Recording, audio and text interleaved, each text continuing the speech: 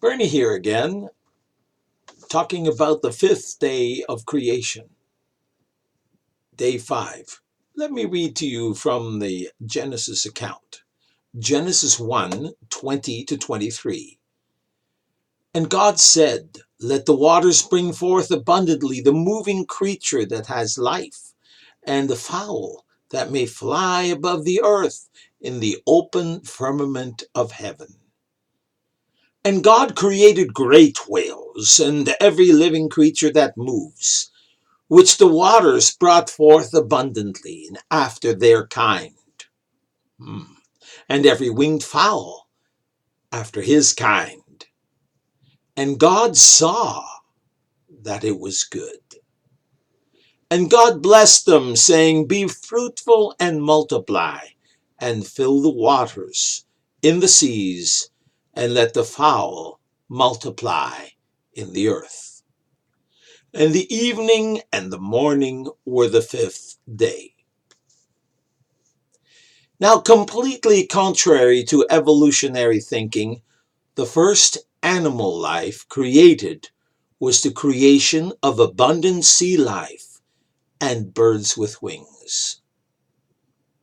That would include all fish, sea mammals, and all birds with wings, including penguins, ostriches, emus, and so on. As well, in Hebrew, the word for fowl also included, believe it or not, all animals that have wings to fly and the creeping swarms from water. Could include a myriad of flying insects originating in water. Ew. I'd hate to say this, but it could include the mosquito. Yuck. Anyway, the lights in verse 15 made the fowl and the fowl are described as being in the firmament of heaven, but a definite distinction was made. You see, the fowl were to inhabit the open firmament of heaven. That means that the sun and moon and the stars were further out. They were in outer space. Now, by inference or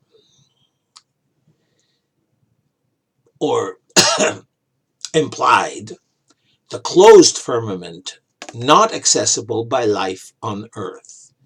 Outer space, then, in my opinion, would be the second heaven, because Paul talks about being in the third heaven being where God is. But that's a story for another day. All kinds of sea creatures and birds were created after their kind. This was a pattern set by God, which started in verses 11 and 12 among plant life. Do you remember? God's law of kinds means, for example, that an eagle won't produce a chicken or anything else but an eagle. Likewise, fish can't suddenly become warm-blooded and change into a sea mammal, or vice versa.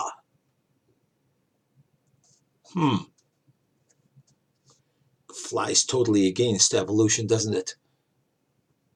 Humanism teaches that one primitive species would have mutated into another species to become something better and more complex. Humanism, of course, is another word for the philosophy that produced evolution. They call this teaching evolution. That's right. That's what I just said.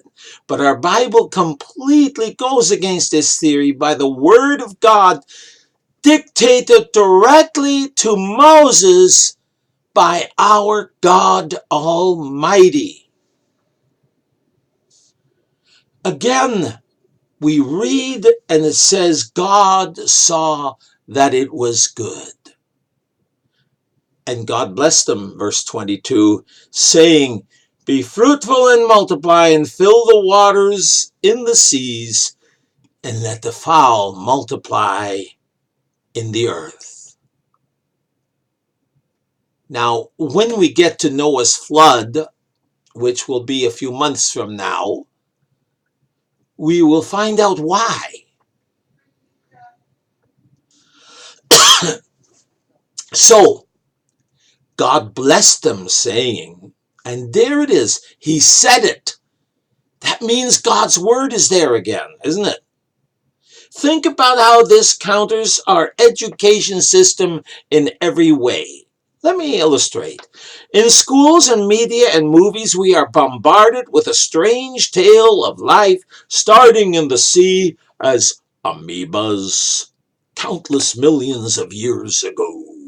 Long ago, changing into some sort of slug, then a fish, then an amphibious creature of some kind, then reptiles, then came birds,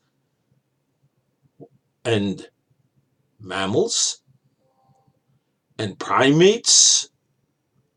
In case you didn't know what a primate was, it's an ape or a monkey, and then mankind. Now, in the movie Jurassic Park, I don't know if any of you saw the movie Jurassic Park. The paleontologist, now paleontologist is somebody that studies dinosaurs. He said that now he realized that Tyrannosaurus Rex was the ancestor of modern birds.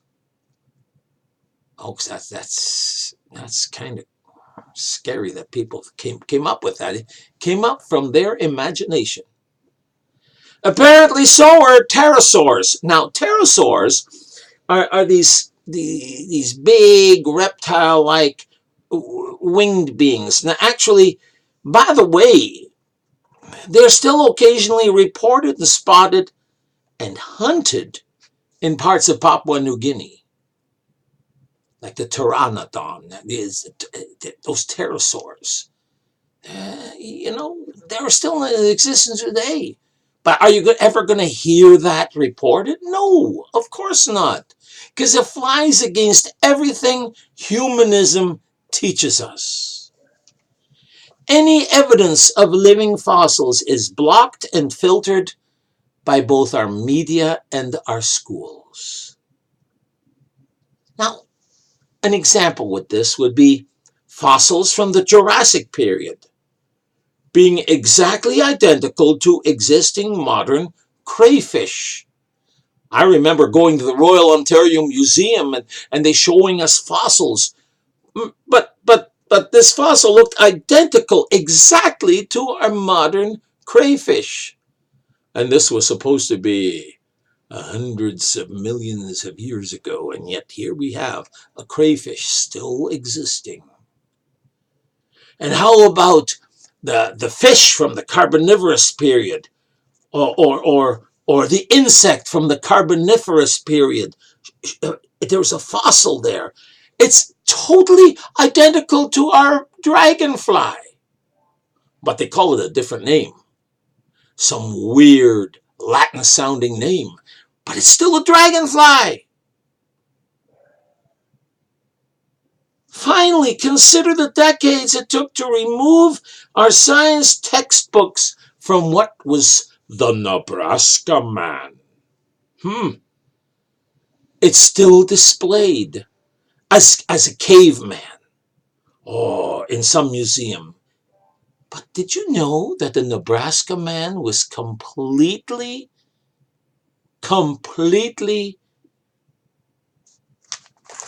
made, manufactured from someone's imagination when they found teeth?